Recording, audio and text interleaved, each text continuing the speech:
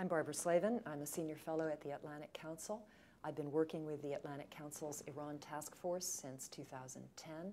We publish all sorts of issue briefs and other reports. We make recommendations for U.S. policy.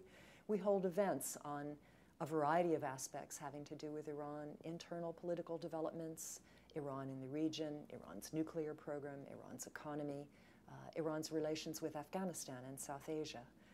It's been a very interesting period, and of course with the nuclear negotiations going on right now, it's really an intense period of work for us. At the present time, we don't know if the negotiations are going to succeed. We certainly hope they will. It would keep Iran from developing nuclear weapons. It would have other potential benefits in terms of improved U.S.-Iran relations, would give the United States more leverage in its foreign policy in that part of the world, and of course provide enormous benefits for the Iranian people who have been cut off from normal contact with the United States for 35 years. I'm Matthew Kroenig. I'm a non-resident senior fellow at the Brent Scowcroft Center on International Security here at the Atlantic Council, and also a professor of government at Georgetown University. Work on issues of nuclear nonproliferation and Iran. I've recently published a book, A Time to Attack, The Looming Iranian Nuclear Threat, that looks at the Iranian nuclear issue, its history, all the various policy options for addressing it. And we're here today because the deadline for negotiations over Iran's nuclear issue with the world powers known as the P5+1 is on Sunday, July 20th. The world powers and Iran signed a deal back in November, an interim deal, and the terms of the interim deal gave 6 months to try to negotiate a so-called comprehensive deal.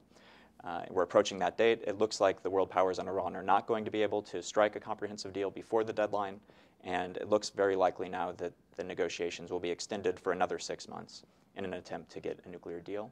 And Barbara and I will discuss the wisdom of an extension and what to do if we can't get a deal in that time.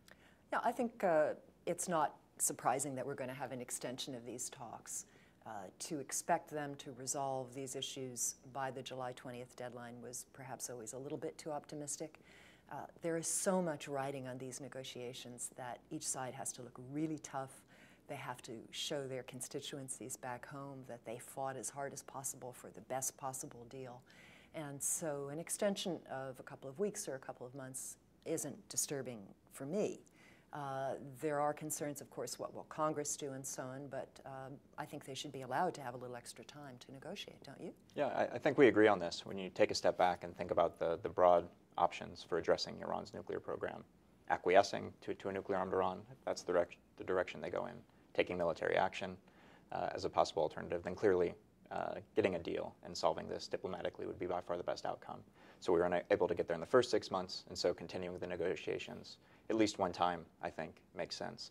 I think there are real technical differences here, and I think it's not just about political posturing that we didn't get the deal. You know, it seems like there's still big gaps on centrifuges, still big gaps on the sunset provision, possible gaps in other directions. So it seems like they need time also to try to bring these technical positions closer together. I mean, there have been some good signs, though. We saw from the Iranians this past week that they are now talking about just holding on to the centrifuges that are currently spinning and doing that for as long as 7 years before they would want to have more capacity. That's getting a little closer to the Western position, which is, my understanding anyway, 10 to 15 years for the agreement. And there are other ways in which these centrifuges could be limited in terms of what they produce. Stockpiles could be exported from the country and possibly satisfy Western concerns that Iran would not be able to find a path to a nuclear weapon. But I have to ask you, I mean, you've written a very provocatively titled book. Mm-hmm. At what point do you think we should call a halt to the talks? And do you really think there is a viable military option against Iran? Mm-hmm. Well, first, I think, as I said before, that we should continue negotiating for another 6 months, extend this. I think there are dangers in continual extensions. That's one possibility if we can't get a deal in this 6-month period, just extend another 6 months, another 6 months indefinitely. And I think there are some dangers to that. One, it allows Iran to stay with this 3 to 4 month breakout capability that Secretary Kerry's talked about. I think it sets a bad precedent for the nonproliferation regime to essentially let a country get this close and have that be an indefinite position. I think other countries in the region would start to worry about Iran's capabilities if they're left that close. So I think there are dangers to negotiating, and definitely I think one 6-month extension should be enough. If we can't get there in that time, then I would say it's time to try other alternatives. First, more sanctions, but then if Iran continues to advance its program and it really gets to the kind of point of no return, I do agree with President Obama that nuclear armed Iran is unacceptable, and we need to be willing to use force, if necessary, as a last resort to stop Iran from building nuclear weapons. Yeah, well, my view is that military force would not stop the Iranian program. It would be the one thing that would incentivize them to actually build nuclear weapons. I also agree that 6 months should probably be enough, but on the other hand, I see the interim deal that was reached last year as basically being more in our favor than Iran's. Iran has stopped enriching uranium beyond 5%.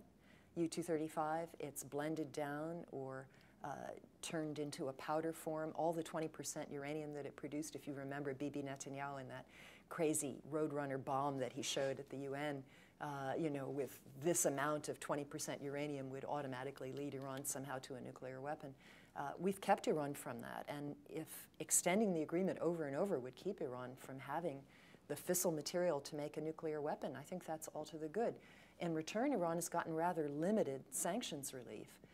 Foreign companies are going to Iran to have exploratory visits, but nobody's signing any big contracts. And I think the Iranians, frankly, need this deal as much or more than President Obama does. Yeah.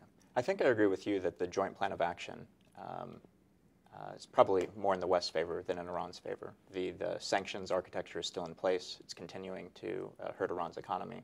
And so extending forever would, I think, hurt Iran's economy in that way, and they would have incentives to get back to the table.